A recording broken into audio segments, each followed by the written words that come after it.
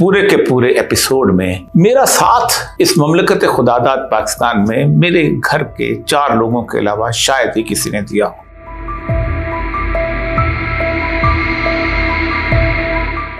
ये उस पूरे अरसे की रुदात है जिसमें मुझे किसी शख्स से भी मिलने की इजाजत नहीं की गई थी। मुझे लोगों ने बताया जब मैं पहली दफा पकड़ा गया था कि तुम्हारे अपने लोग जो साफी हैं वो कहते हैं पकड़ो इस बंदे को। उस तबके की बदतरीन खामोशी की सिर्फ एक वजह थी जो अकबर आबादी ने बताई है कि रकीबों ने रपट लिखवाई है जा के थाने में कि अकबर नाम लेता है खुदा का इस जमाने में।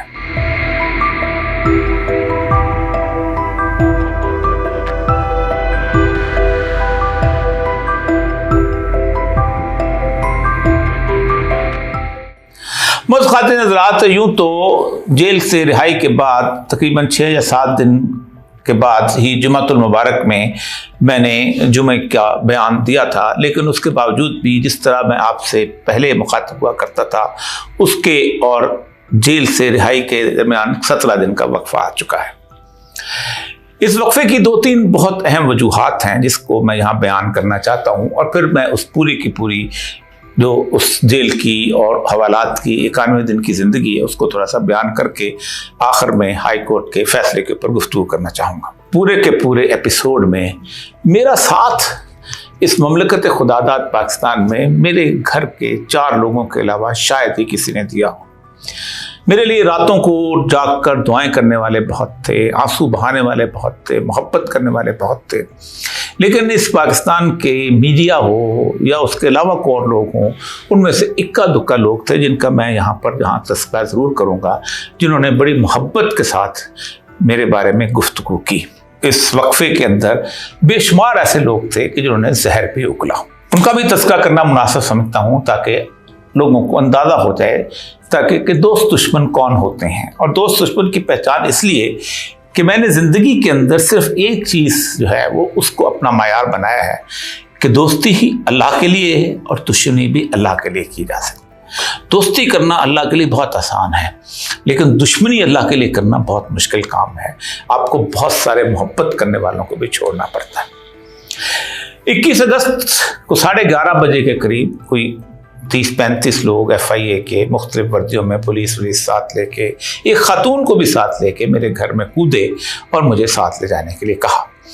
मैंने उन्हें कहा कि मैं इस वक्त नाइट सूट में मलबूस हूँ, आप मुझे ढंग के कपड़े पहनने दें। लेकिन उन्होंने कहा नहीं, आप अपने मुलाजिम से कह दें वो आपके कपड़े वपड़े लेके वहाँ आ जाएगा। मुझे वहाँ ले जाया गया और मुझे कहा गया कि आपके ऊपर कुछ इल्ज़ामात हैं, कादी फायज़िया साहब के बारे में आपने कुछ ट्वीट किए हैं और 1-2 ट्वीट्स और किए हैं, इसलिए हम आपको गिरफ्तार कर रहे हैं।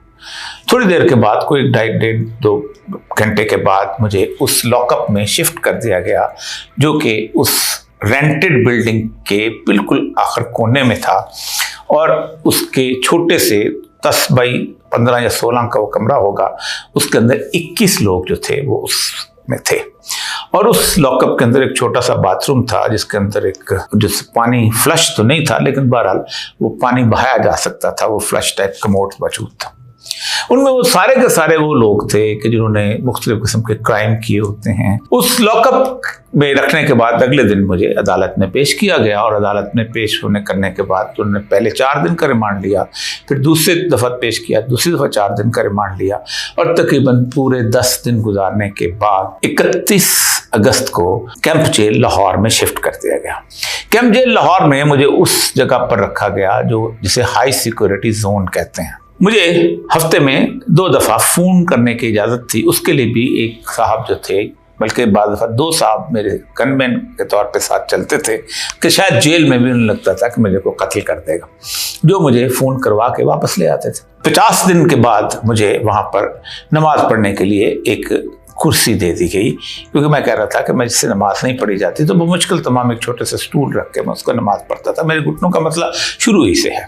ये उस पूरे अरसे की रुदात है जिसमें मुझे किसी शख्स से भी मिलने की इजाज़त नहीं दी गई थी, हत्ता कि मेरे किसी वकील को भी वहाँ इजाज़त नहीं दी गई थी। जिस वक्त मुझे पकड़ा गया तो एक ऐसी फ्लैश किस्म की पूरे पाकिस्तान के अंदर खबर लगाई गई और उसके उधर मुख्तलिफ लोगों ने प्रोग्राम किए। जिनमें से सबसे पहले ये जो खास तौर पर वॉइस ऑफ अमेरिका को फॉलो किया गया कि मजहबी मुनाफरत फैलाने का इल्ज़ाम सियासी मुबस्सर और मकबूल जान लाहौर से गिरफ्तार। इसके ऊपर मेरे दोस्त तलत हुसैन ने प्रोग्राम किया, बड़ा तफसीली सा प्रोग्राम किया, और ख़ास तौर पे उन्होंने अपने उस नुमाइंदा को ला के भाई पूछा कि क्या हुआ। तो उस नुमाइंदे ने कहा कि उर्या मकबूल जान जो है वो अदालत में आया, तो उसने कहा कि मेरा मरना जीना इस मुल्क में है, अगरचे कि मेरे 3 बेटे जो हैं वो इस मुल्क से बाहर, मेरे 3 बेटे बाहर में नहीं हैं, मेरी 2 बेटियां इस मुल्क से बाहर हैं क्योंकि उनके मियाँ वहाँ काम करते हैं, और मेरा बेटा जो है वो पाकिस्तान टोबैको कंपनी का मुलाजिम है जिसकी इस वक्त फ़िलहाल पोस्टिंग इराक के अंदर हुई है, जैसे सबकी होती है, मेरी भी हुई सब। लेकिन मुझे तकलीफ इस बात की हुई कि इस दौरान उन्होंने बड़ा तमस्खुर से कहा, देखो उनके बच्चे बाहर हैं। मैं उन लोगों में से नहीं हूं जो इस बात पे यकीन रखे कि जो मेरा नज़रिया है वही मेरे औलाद का नज़रिया हो। मैं अल्लाह और उसके रसूल के उन अहकामात को मानता हूँ कि ला तज़रु वाज़रतन वज़रा उख़रा, हर कोई अपना बोझ है वो उसको उठाएगा। मैं इस बात पर यकीन रखता हूँ कि किसी तौर पर भी ला इक्राह फ़िद्दीन क़द तबय्यन रुश्द मिनल गई, हमने हक़ और उसको बातिल को अलग करके दिखा दिया, अब दीन पर कोई जबर नहीं। अगरचे कि मेरे सारे बच्चे जो हैं नेक है, लेकिन आप हैरान होंगे कि ये आज की बात नहीं है, ये इससे पहले भी एक तवील अरसे से मेरे खिलाफ एक ऐसी मलाइनिंग कैंपेन जो थी वो चलाते जाते रहे। मुझे लोगों ने बताया जब मैं पहली दफ़ा पकड़ा गया था कि तुम्हारे अपने लोग, अपने जो साफ़ी हैं वो कहते हैं पकड़ो इस बंदे को, ये अजीबोगरीब सी चीज़ है, अपने आप को पता नहीं क्या समझता है और ये चीज़, और वो मुझे सुनाते थे, उनके नाम भी बताते थे जो मैं नहीं बताना चाहता। फिर उसके बाद अब जब पकड़ा गया तो मुझे अंदाज़ा हुआ कि पाकिस्तान की तकरीबन हर एक ग्रुप में सर मेरे कुछ पर्टिकुलर किस्म के मुखालिफ मौजूद है, अगरचे कि वो लोग अक्सरियत जो थी मुझसे मोहब्बत करने वालों की है, लेकिन ख़ास तौर पे ब्यूरोक्रेसी और मुख्तलिफ लोगों जगहों पे थे। इसीलिए मुझे एक साहब ने कहा वो तुम्हारे कलीग पता क्या कहते हैं, बड़ा ईमानदार बनता है, रगड़ो इसको, जेल में रखो, उसका पता चले। और उसके ऊपर मुझे उस शख्स की बात बहुत प्यारी लगती है। वो जेल का एक वार्डन था, उसने मुझे कहा कि मुझे आज रिटायरमेंट में करीब हूँ, बोले साहब 75 साल की पाकिस्तान की तारीख में आप पहले ब्यूरोक्रेट हैं कि जो करप्शन की बुनियाद पर जेल में नहीं आए, वरना जितने आते रहे, उसने नाम गिनना शुरू किया, मैं नाम क्या लूँगा, तो सारे के सारे करप्शन की बुनियाद पर आते रहे। लेकिन तलत हुसैन साहब ने ख़ास तौर पर मलाइन, फिर मजहबी मुनाफरत, तलत साहब बताते लोगों को कि ये मैंने मजहबी मुनाफरत किस बुनियाद पर कहा जा रहा है।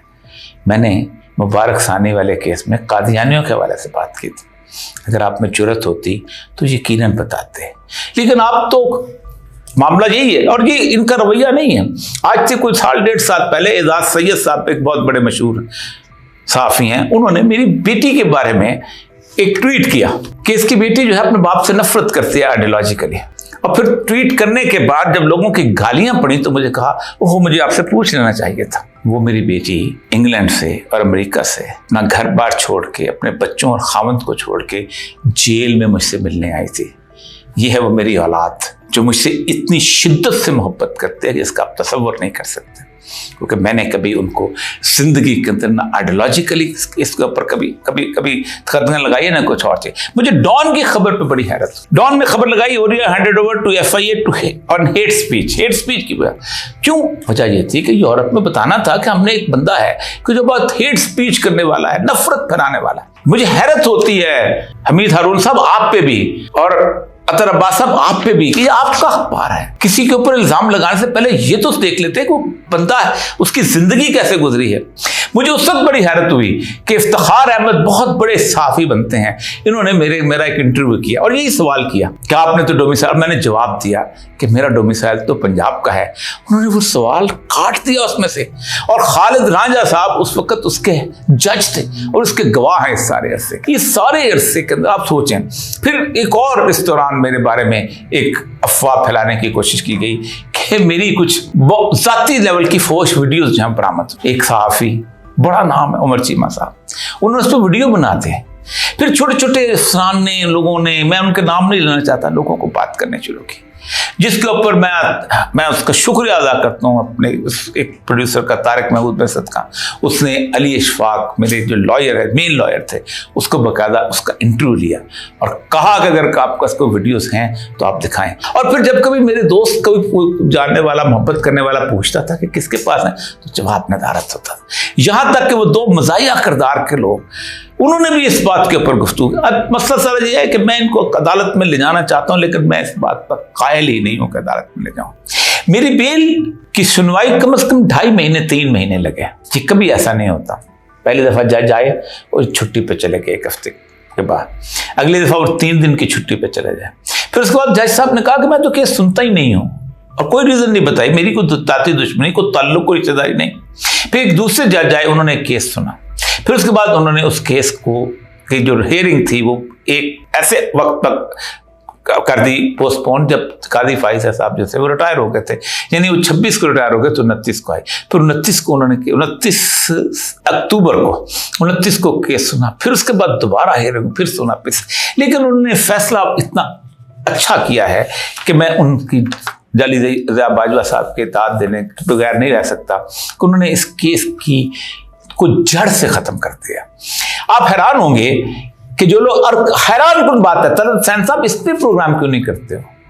मैं नहीं बताऊंगा कि आपका आगाज सहाफत का किस तरह का था। मुझे दिन अच्छी तरह याद है कि जब हुकूमती सिफारिश की बुनियाद के ऊपर आप पाकिस्तान टेलीविजन के बराह रास्त डायरेक्टर न्यूज़ लग गए थे, और वो सारे के सारे अशरफ वसीम साहब, मुस्तफा मंदोखेल साहब, जो इतने जो 15-15 साल की नौकरियां करते वो जहाँ पे आने वाले चाहते थे। मैं उस दिन इस्लामाबाद में था, क्योंकि मैं ड्रामा लिखता होता था उस वक्त, तो मुझे ले गए थे। मुझे वो दिन भी याद है कि जब वो बेचारे सरकारी मुलाजम एक नौवारद सहाफत को अपना डायरेक्टर देख रहे थे। मैं उन लोगों में से नहीं हूँ। मैं सिविल सर्विस का इम्तिहान पास करके आया था, और मेरी पोजीशन ऐसी थी कि मैं मेरिट की बुनियाद के ऊपर आया था। मैं सिफारशी लोगों में से ना अब हूँ, ना था, ना कभी रहूँगा। करो प्रोग्राम इसके भी कि क्या कहा उसने, बाकी लोग भी करें, फिर तक पता चले कि आपको मैं दाद देता हूँ कम से कम डॉन की, कि डॉन ने अपने इस प्रोग्राम की जो दोबारा जो खबर लगाई है उन्होंने मेरे रिलीज की, उसके अंदर उन्होंने कम से कम इस जजमेंट को मुकम्मल तौर पे बता दिया है।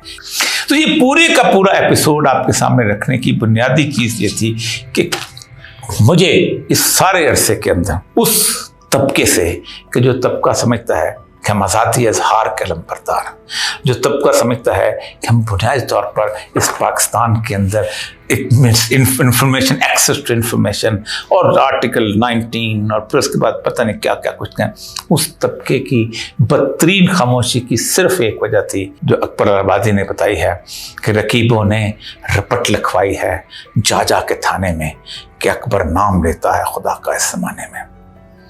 पूरी कोशिश होती है कि मैं किसी भी जगह पर एक आम इंसान नजर ना हो, मैं एक खौफनाक आदमी नजर ना हूं। मैंने 17 साल पाकिस्तान टेलीविजन के लिए ड्रामा लिखा, कोई मेरे ड्रामे का तस्करा नहीं करता। मैंने 2 दफ़ा पाकिस्तान टेलीविजन के बेस्ट प्ले राइट के अवार्ड लिया, कोई तस्करा नहीं करता। मैंने शायरी की किताब मेरी 1988, कोई तस्करा नहीं करता। मुझे मिसोजिनिस्ट कहा जाता है। क्या कोई शायर जो है औरत दुश्मन हो सकती? मेरी पूरी की पूरी किताब रोमानवी शायरी के ऊपर है, और मैं बरसगीर पाक व हिंद की तारीख का वाहिद शायर हूँ जिसने महबूबा पे शायरी नहीं की, मेरी अपनी बीवी पे शायरी की है। और मैं उसको सलाम पेश करता हूँ उस बीवी को कि अगर वो ना होती तो मैं एक ईमानदाराना ज़िंदगी ना गुजार सकता। मेरी ज़िंदगी का हासिल है, ज़िंदगी में आपको ऐसी मोहब्बत करने वाले लोग मिल जाएं कि जो आप पर फ़ख्र कर सकें, जो तो ये आखिरत का सरमाया हुआ करते हैं। उन्हें दुनिया में कोई एजाज सैयद और कोई एक और 2-3 घटिया लोग, मैं आप सोच नहीं सकते कि मेरे बारे में ये किस तरह की गलीज़ गुफ्तगू करते रहे हैं। इनकी ना बेटियां हैं, इनकी ना बहनें हैं, इनकी ना माएँ हैं, कोई नहीं है।